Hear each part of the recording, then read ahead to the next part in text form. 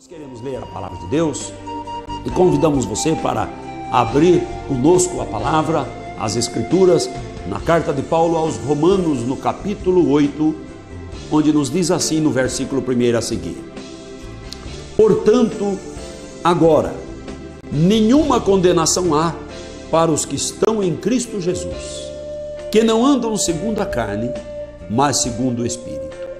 Porque a lei do Espírito de vida em Cristo Jesus me livrou da lei do pecado e da morte.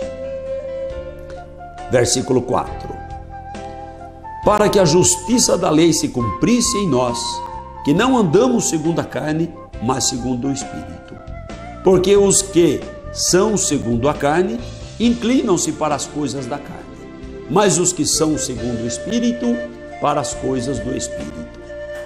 Porque a inclinação da carne é morte, mas a inclinação do Espírito é vida e paz. Porquanto a inclinação da carne é inimizade contra Deus, pois não é sujeita à lei de Deus, nem em verdade o pode ser. Portanto, os que estão na carne não podem agradar a Deus. Vós, porém, não estáis na carne, mas no Espírito, se é que o Espírito de Deus habita em vós.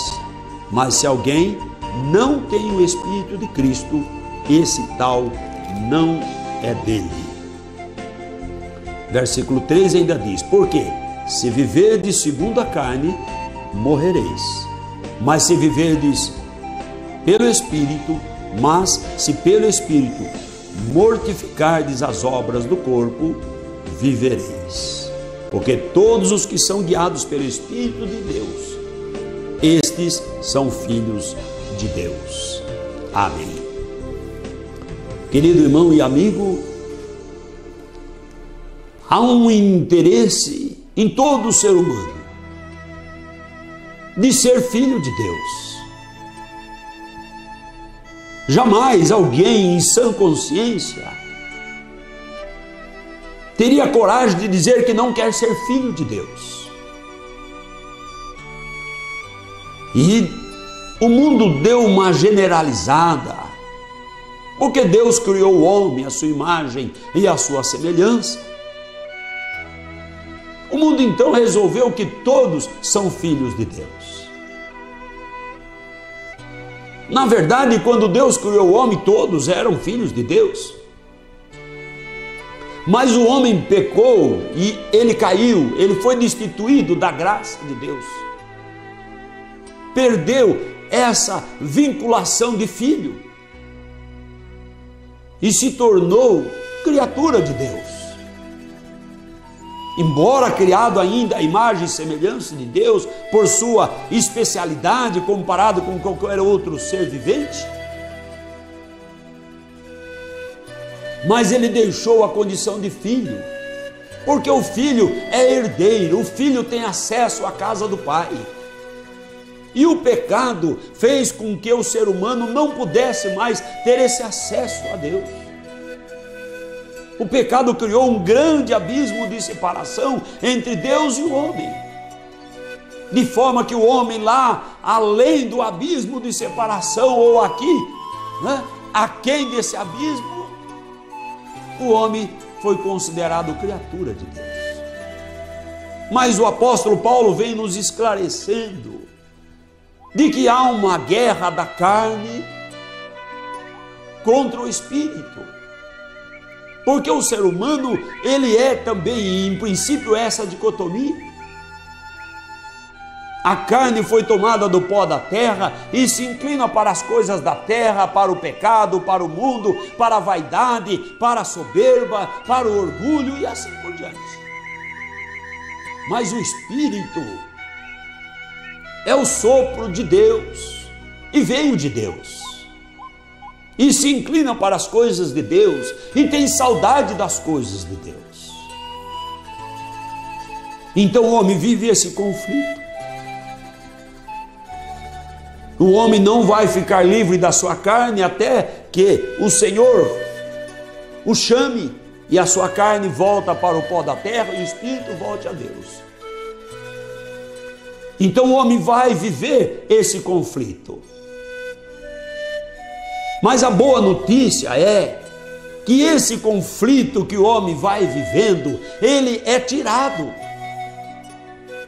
É tirado através do sacrifício do Senhor Jesus Cristo na cruz. O Deus eterno tomou a forma humana e foi à morte, morte de cruz, para tirar esse abismo, para construir uma ponte, para ser Ele, como as Escrituras diz, o único mediador entre Deus e o homem, que é Jesus Cristo homem, como nos ensina o apóstolo Paulo.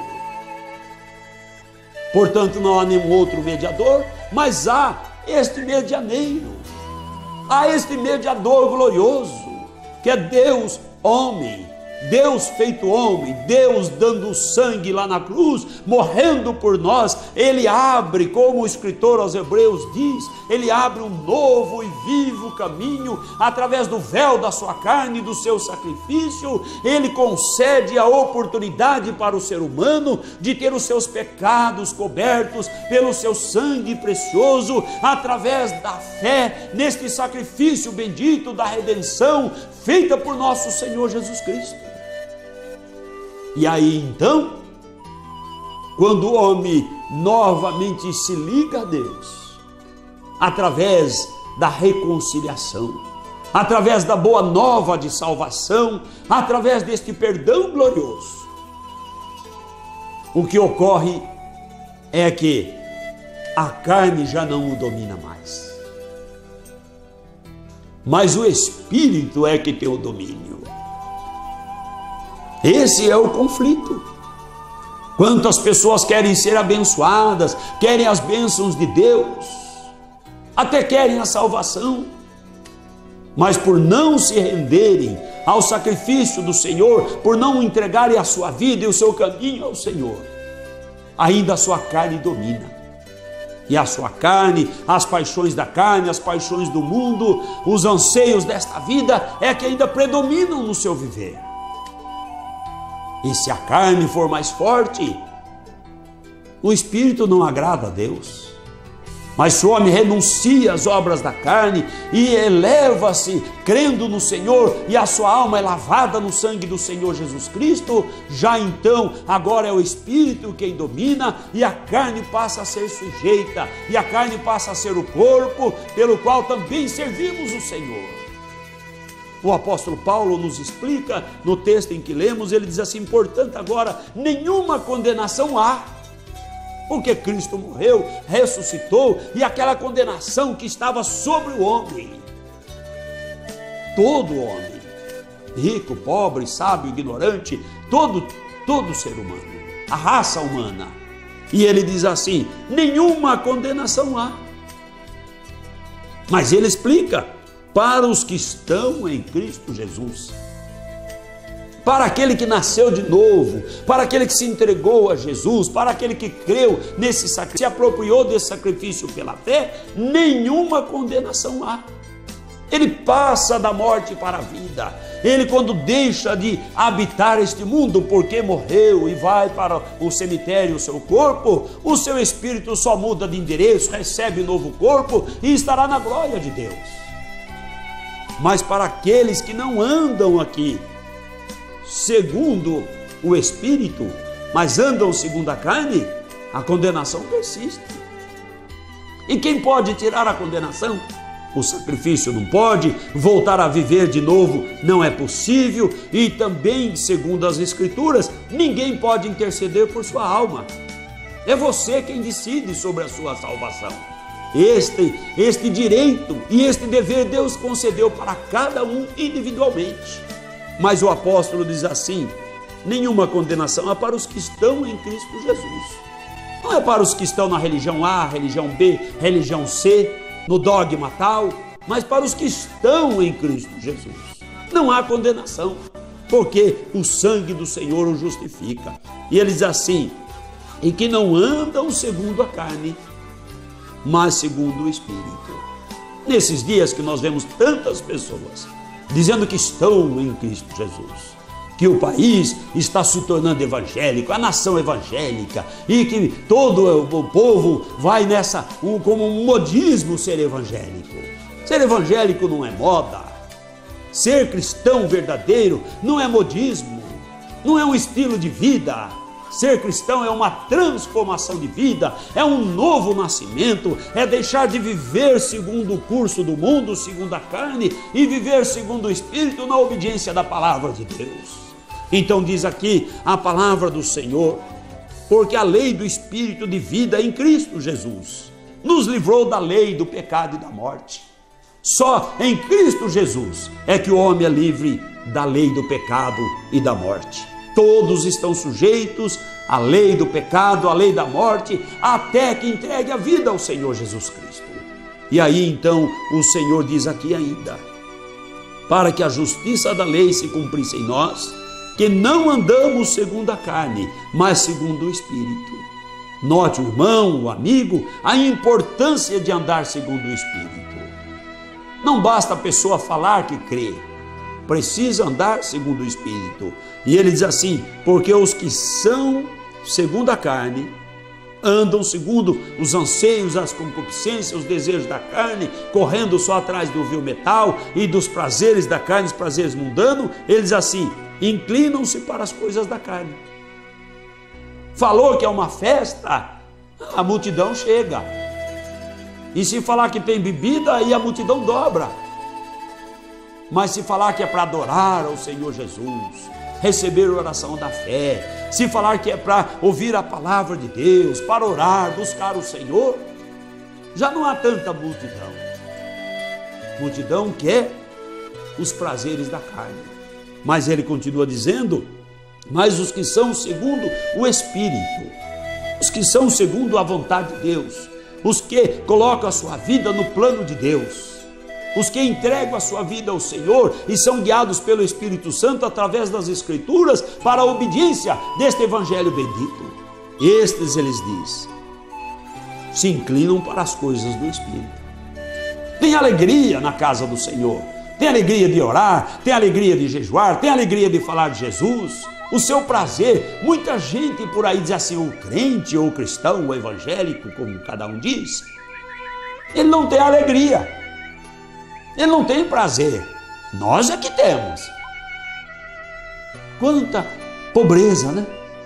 Quem tem alegria é o cristão verdadeiro, quem tem paz é o cristão verdadeiro, porque ele tem Jesus que é o príncipe da paz. Quem tem segurança é o cristão verdadeiro. O mundo não tem paz, o mundo não tem alegria, as festas não têm alegria, o vício não tem alegria. Tem momentos de distração, que cada dia vai cobrando mais caro da pessoa. Mas o apóstolo continua dizendo, porque a inclinação da carne é morte. Se inclinou para o desejo da carne, se inclinou para o pecado, se inclinou para a apostasia, se inclinou para os vícios, se inclinou para o mundo. Ele diz assim, porque a inclinação da carne é morte, é separação de Deus, separação de Deus. Então Paulo, o apóstolo, trata conosco aqui de uma prática, irmão, não é de uma fala, não é de um discurso vazio, mas é de uma vida, uma prática, um viver. E é isso que faz diferença. Aquele que tem um discurso, se ele não for praticante, será um discurso vazio e que não resulta em nada.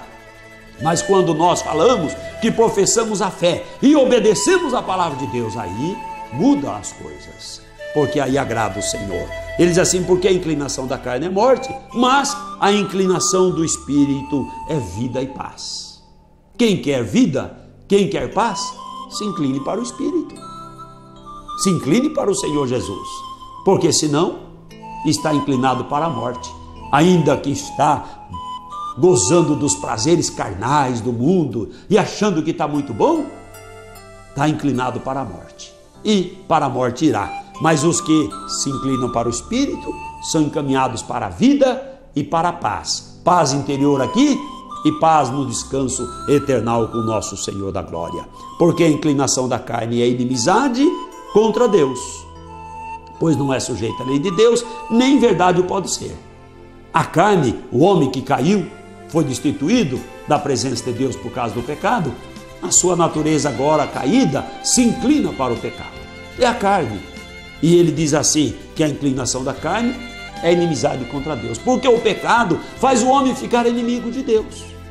Mas Deus tira o pecado da vida de todo homem que nele crer e entregar a ele o seu coração, o seu viver. Ele diz assim: portanto, os que estão na carne não podem agradar a Deus. Se não pode agradar a Deus, muito menos morar com ele na eternidade. E onde você vai estar na eternidade? Depende da sua inclinação. Se é para a vida, ou para o espírito, ou se é para o mundo, para a carne e para a morte. E ele diz assim: vós, porém, não estáis na carne, mas no espírito, se é que o espírito habita em vós. Vós, todos que falam do evangelho, que dizem que creem no evangelho, que professam o evangelho, todos vós, ele diz aqui, não estáis na carne, se o Espírito de Deus habita em vós. Porque a pessoa pode falar, e o Espírito de Deus não habita nela, porque ela não se inclina para a santificação, não se inclina para o temor de Deus. Acho que só de falar já é suficiente.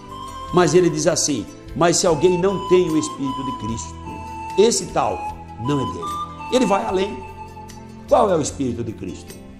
O Espírito de Cristo não é o da contenda, não é o da rebeldia, não é o da insubmissão, não é o que inclina para o pecado. O Espírito de Cristo é aquele de renúncia, é aquele de entrega total à vontade do Pai Celestial. Esse é o Espírito de Cristo. E quem tem o Espírito de Cristo, que se inclina para a palavra de Cristo, que ouve a voz de Cristo, que segue as pisadas de Cristo, porque tem o Espírito de Cristo, esse é o cristão verdadeiro. E não só um cristão nominal, mas é o verdadeiro, e esse então recebe a vida. E os que estão na carne não podem agradar, mas nós não estamos na carne porque o Espírito de Deus habita em nós. Que o Espírito de Deus habite em você, habite em seu coração, habite a sua vida, para você se inclinar também para a obediência da palavra de Deus, e especialmente nesse tempo que Deus está restaurando a igreja, ataviando a igreja para o temor de Deus, para o temor de Deus, para a obediência, para a santificação, sem a qual ninguém poderá ver e morar com o nosso Senhor da glória.